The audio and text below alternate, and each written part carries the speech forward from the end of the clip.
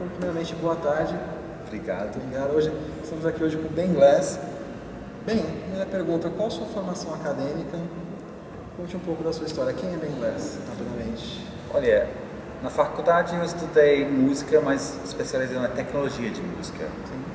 E é uma coisa que eu sempre, desde criança, tive uma paixão muito grande. Assim. Começou com um sintetizador que meu pai comprou. E naquela época, eu tinha 8 anos, e naquela época, para aprender um instrumento, você tinha que ler o manual dessas coisas eletrônicas. E eu li aquele manual, estudei para aprender como é que se fazia aqueles sons, né? Aí começou a me fascinar por tecnologia e música. Estudava piano, violão, daí comecei a tocar saxofone quando eu tinha 12 anos. Daí foi adiante, eu estudei tecnologia de música, que eu gosto muito, mas eu sempre tive muito interesse em música brasileira também. Meu trabalho de conclusão foi sobre a história de música brasileira e Partido Alto e as letras do Candeia. Aí eu fiz um estudo meio de líricos, de letras e uma coisa meio de literatura mesmo, que eu gosto também. Vamos lá, bem. Como é que é o seu trabalho em questão da inclusão? Como é que surgiu isso? De colocar inclusão no... Bom, eu sempre tive um interesse, mas surgiu uma oportunidade para trabalhar na Drake Music, que é uma ONG na Inglaterra, que trabalha com pessoas com deficiência física. E, na verdade, minha formação não era isso, mas como eu gostei muito de tecnologia e música e já trabalhava na educação, que eu sou professor também numa escola com pessoas sem deficiência, né? Uma escola mainstream, dizer. Como eu já tive essa experiência, eu consegui o trabalho que era um associate musician. Nós trabalhamos com uma variedade de indivíduos com deficiência física, de vários níveis, assim, né? E nós usamos tecnologia acessível para dar acesso à música para aquelas pessoas que não têm acesso, especialmente de uma maneira educativa, assim. Como eu já sou professor, eu encaixei bem nessa história de dar cursos adaptados. E nós inventamos, vamos dizer, o primeiro curso de música acessível. Quer dizer, eu dava aula, é um curso que se chama BTEC na Inglaterra, desde 16 anos até 18 anos, de música. E eu ainda dou essa aula num colégio, vamos dizer, normal, assim, um colégio mainstream. E como eu já tive essa experiência, eles falaram para mim que eles estavam adaptando um BTEC acessível, quer dizer, pegando todos os materiais aqueles que você faz no curso e adaptando para ser acessível para pessoas com deficiência, que era um trabalho muito grande, né? Porque a parte escrita você tinha que achar outras maneiras de avaliar e juntar evidência, né, de aprendizagem. Por exemplo, num college mainstream você vai ter uma pasta, né? Você faz worksheets, tipo isso aqui, e você pode gravar coisas de multimídia também. Só que lá na Drake, a gente tem que inventar outras modas de juntar evidência e provar, né, que essa pessoa está absorvendo toda a informação como uma escola mainstream, né? Sim. Então, a gente cria um portfólio digital, que pode ser num pendrive. Então, tirando fotos do que está acontecendo, filmagens e anotando comentários do aluno.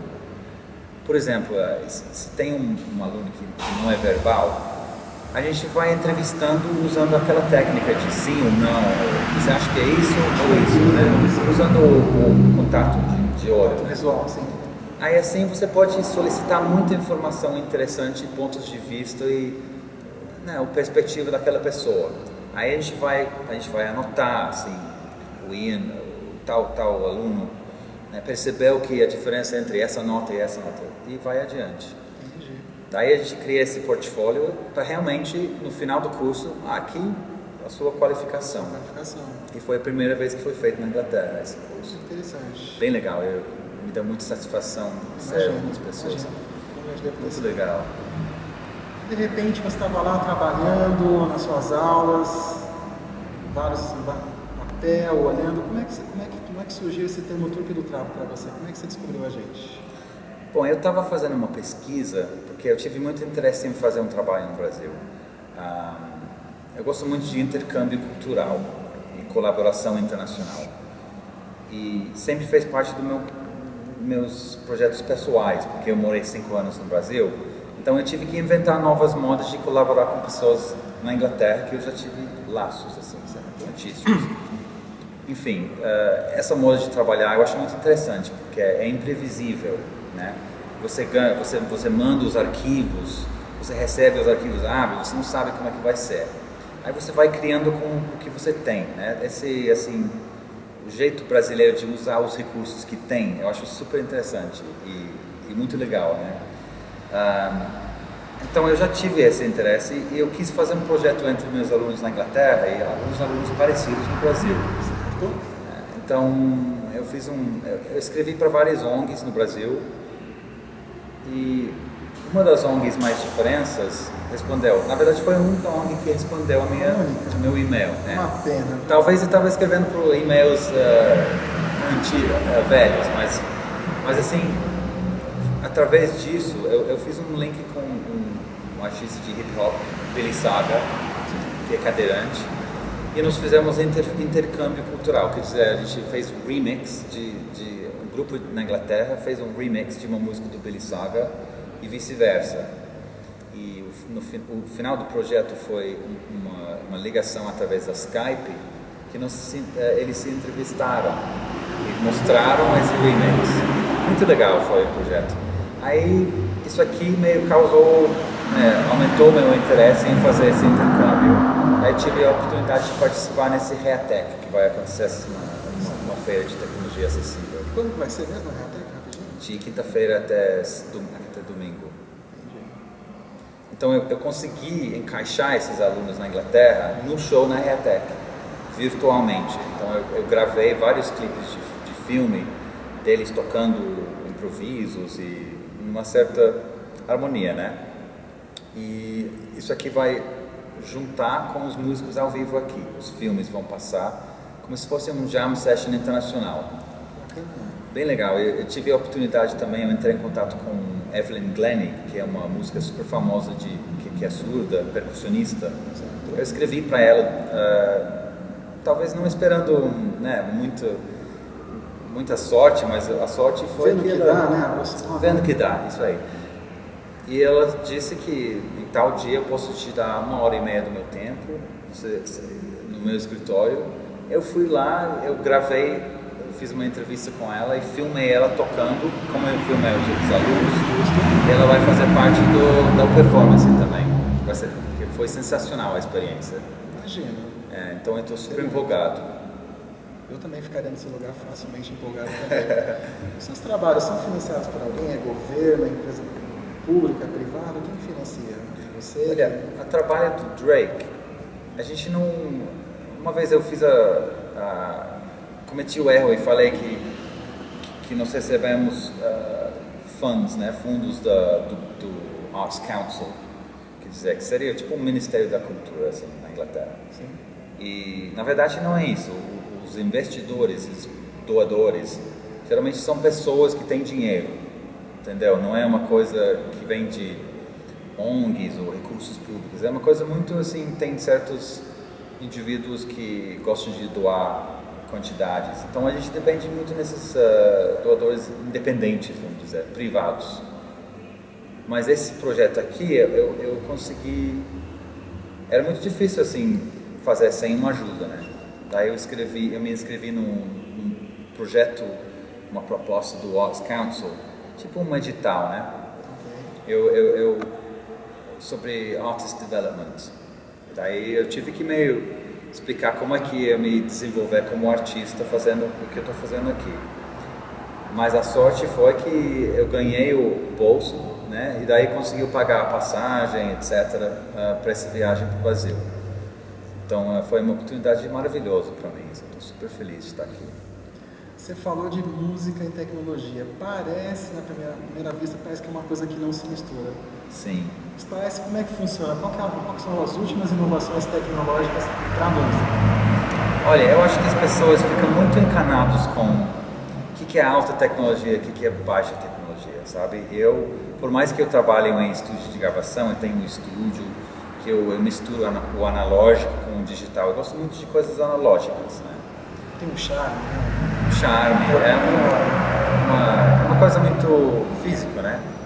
E eu gosto disso, mas uma coisa que eu fico chateado às vezes é que as pessoas julgam o valor de um projeto pela tecnologia, pelo nível de como é avançado ou não. E o que eu acredito é que você pode ter o maior estúdio do mundo com todas as tecnologias, mas você não vai aprender a usar todos. E você não vai nem assim chegar no coração daquele instrumento, vamos dizer. Já que a outra pessoa que pode ter uma coisa de fita cassete, um sintetizador antigo e um pedal de guitarra, uma coisa assim. Como você tem tecnologia e recursos limitados, você vai explorar e usar aquele equipamento até o ponto que não tem como fazer mais coisas. Até o máximo. Se você olha bem nos inovadores de música, eu gosto muito de dub, né, que é uma música jamaicana que vem de mixagem ao vivo na mesa de som. Eu faço, nas minhas próprias produções, eu faço isso. Agora, se você olha desses produtores, eles estavam usando equipamento extremamente limitado. Uma mesa, uma máquina de eco e uma reverb de mola, por exemplo. Mas criando sons incríveis, assim, quase inacreditável que fazia música no aparelho. Você está perguntando que aparelho que você deve ter mais? Não, é só isso? Como, né? Sim, é isso aí. E em relação à acessibilidade e, assim, oportunidades para todo mundo fazer música, eu acho super interessante achar uma maneira que não é caro, que você não precisa ter a última tecnologia. Tudo bem, né? Existe tecnologias maravilhosas, inclusive eu trouxe de Inglaterra o Soundbeam, o Skoog, o Makey Makey, vários assim, instrumentos acessíveis que são muito legais para dar acesso à música. Só que nem todo mundo, no Brasil, por exemplo, eu morei 5 anos no Brasil, então eu tenho um pouco de entendimento de como é que é a situação na educação, né, e recursos. Então eu acredito que deve ter uma maneira de introduzir essas tecnologias, mas de uma maneira acessível financeiramente. Quer dizer, é uma versão simplificada que qualquer um pode usar, que pode ser distribuído, compartilhado e não elitizado. Porque eu fico chateado quando a tecnologia fica muito elitizada. Por exemplo, eu estava fazendo uma sessão de gravação uma vez de saxofone, eu sou saxofonista, e eu estava tocando, foi bizarra, uma mistura de pagode com música sertaneja. Não é minha praia, mas eu estava fazendo trabalho, então eu fiz o meu melhor trabalho. E os caras perguntaram para mim, perguntaram para ele, você tem Pro Tools? Pro Tools é o aquele software de emulação. De gravação. Agora, Pro Tools, Logic, Cubase, Sonar, para mim é toda a mesma coisa. A música que se importa, né? Mas as pessoas têm uma ideia, eles perguntaram se tem Pro Tools, porque se não tem Pro Tools, não é um estúdio profissional, que não é verdade. E eu achei engraçado essa observação, assim, de você tem que ter aquilo para fazer profissionalmente, que eu não acredito. Eu acredito que você pode lançar um disco com quase nada, grava a música, lança o disco e pode fazer o maior sucesso. No quarto, vamos dizer. Sim, que tem artista que grava no quintal de casa, no quarto de casa e lança o material distribuído pela internet. Cada vez mais com a tecnologia, graças a Deus, está ampliando, você está abrindo, né? Você está saindo um pouco do mainstream, está vindo cada vez artista diferente aí. Isso. Por que não pode ser assim com música acessível? E os ferramentas acessíveis de música? Eu acho que deve ter uma maneira, eu acho que é uma coisa muito interessante, assim. Disputa de gato, é uma disputa de gato e rato, né? Porque tem a gravadora que gosta, que vai priorizar esse artista dele e não gosta um pouquinho da concorrência desses moços, desses ratinhos de laboratório que ficam aí brincando com o Pro Tools, com o Autotune. Falando nisso, qual que é a vantagem, a principal vantagem e desvantagem desse tipo de software, de colocar essa tecnologia na música? O que isso atrapalha, onde vai ajudar, onde vai atrapalhar, na sua opinião? Olha, eu acho que está falando de tecnologia acessível, né? Sim. A gente usa várias ferramentas, assim, que são bastante novas, assim. Então, ainda falta bastante coisa em termos de articulação do som.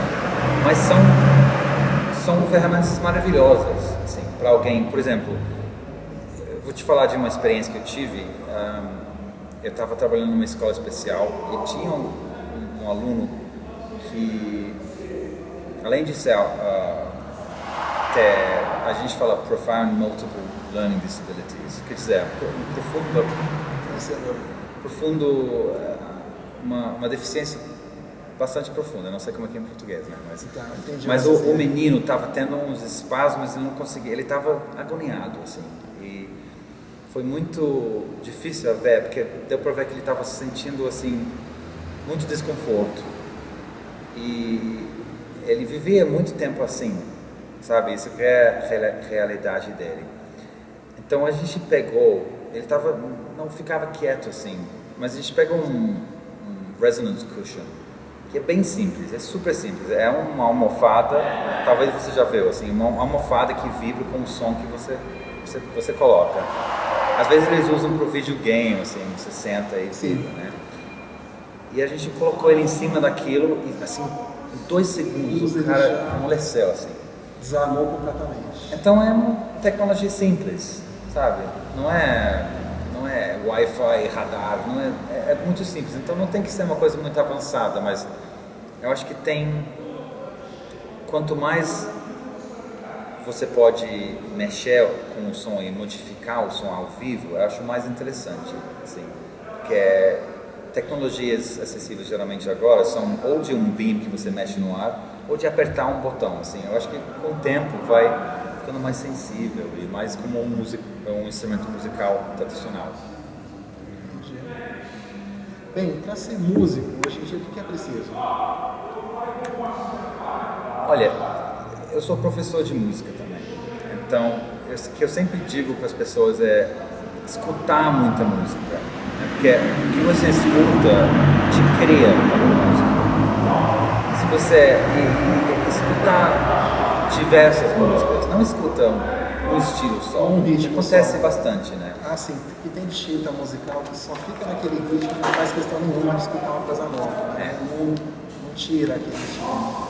E acontece assim, às vezes surge uma oportunidade que tu não quer fazer, porque tu não gosta daquilo, né? Até eu, assim, uma vez eu estava na faculdade e eu quis muito fazer o módulo de música brasileira, porque veio uma percussionista super legal e eu sempre adorei música brasileira, desde eu fiz meu trabalho de conclusão sobre a história de música brasileira e tive aquele interesse. E uma colega minha, ela foi lá, se inscreveu de música brasileira e ela encheu o último espaço, né? Aí fiquei chateado, porque ela me correu na minha frente e se inscreveu, não tinha mais espaço, eu estava super chateado. E adivinha, a única que faltou espaço foi Country and Western, né? Que é uma música que não é minha praia. Aí eu fiquei super chateado. Mas assim, o que saiu naquele módulo, Country and Western, foi uma das melhores coisas que eu fiz na faculdade. Justamente porque eu estava fora do meu zona de conforto, né? E eu acho que é justamente por isso que você tem que não ter preconceito musical. Assim, eu vejo muito isso no Brasil, assim, por exemplo, isso é funk, isso não. Isso é sertanejo, isso não. Sabe aquelas coisas que até você vê? aquele trocadilho, isso é o sertanejo universitário. Imagina quando se formar, né, por exemplo. Isso aí. Então, cada um tem seus gostos, né? Mas eu acho que é importante você não criar barreiras, assim, em termos de estilo e cultura. E eu acho que isso aqui é... Antigamente eu era meio assim. Quando eu comecei a fazer música, eu era muito... Quando a gente é jovem, a gente é assim, né? A gente é muito... Eu adoro isso, eu odeio isso, né? É 880, né? E eu era assim, eu gostava muito de... Eu entrava muito fundo num estilo de música. E eu falava assim, nossa, jamais vou misturar essa música com outras ideias. Eu sou purist, né? Gostava daquilo, assim, puro. Aí com o tempo, todo mundo falava pra mim, não, Ben, mas você tem que diversificar e, sabe, experimentar, misturar com outras músicas. E eu era muito fechado, cabeção, muito centrado, assim, né? Não vou, quero. Aí uma das melhores coisas que eu fiz foi um projeto colaborativo com produtores de dubstep, música eletrônica, na minha cidade, Bristol.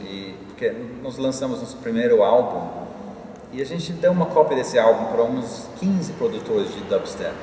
Na minha cidade tem bastante produtor desse estilo de música. E deixamos a eles escolherem a sua música preferida do álbum e demos todas as partes separadas para eles fazerem o que eles quiserem. Isso. Desmonta a música. Nada de, não gostei, sabe? Tipo, qualidade é importante, mas faz o seu negócio com ele. E foi um dos projetos mais legais que a gente já fez, assim, abriu várias portas. E tivemos a oportunidade de tocar em lugares que nem imaginamos que a gente tocar. Sibéria, Rússia, Brasil, sabe? Nós fizemos muitos shows legais justamente porque a gente pensou outside the box.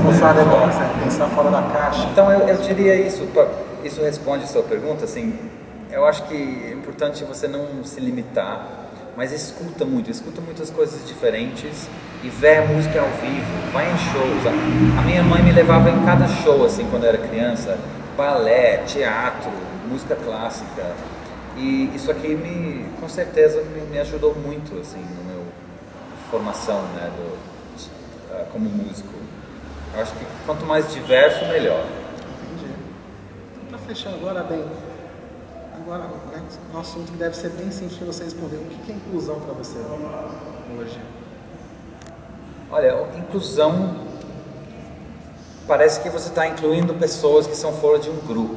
Então eu não gosto, tem várias palavras que eu não gosto muito. Deficiência, para mim, deficient em inglês, assim, é uma palavra meio negativa, né? E eu também não gosto muito de entrar nesse assunto, isso que é a palavra certa, isso que é a palavra errada, sabe? Às vezes isso é muito exagerado, mas eu acho que a inclusão tem que ser os dois lados, sabe? Eu acredito que não tem que ser pessoas com deficiência incluídas na sala de aula, mas talvez o contrário. Então você está... a Drake Music, a gente tem como mission statement, o nosso foco é to break down disabling barriers to music, ou seja, quebrando a barreira para a música. Quebrando as barreiras físicas para a música. Então, o nosso trabalho não foca nos grupos que são incluídos ou não, e a gente foca nas barreiras e como a gente pode superar aquilo com a tecnologia, ou com a abordagem, o approach do nosso ensino. Então, eu meio desencano com essa coisa da estrutura. Eu acho que é importante que está todo mundo aprendendo, todo mundo trabalhando juntos. Convergindo e sinergindo ao mesmo tempo. Isso. E focando nas barreiras, ao invés dos problemas das pessoas. Entendeu? DrakeMusic.org é o seu site, no site onde você trabalha, né? Muito obrigado pela tua presença, obrigado pela sua disponibilidade. Muito obrigado, foi um grande prazer. Digo mesmo, até uma próxima. Prazer enorme. Obrigado, tchau, tchau.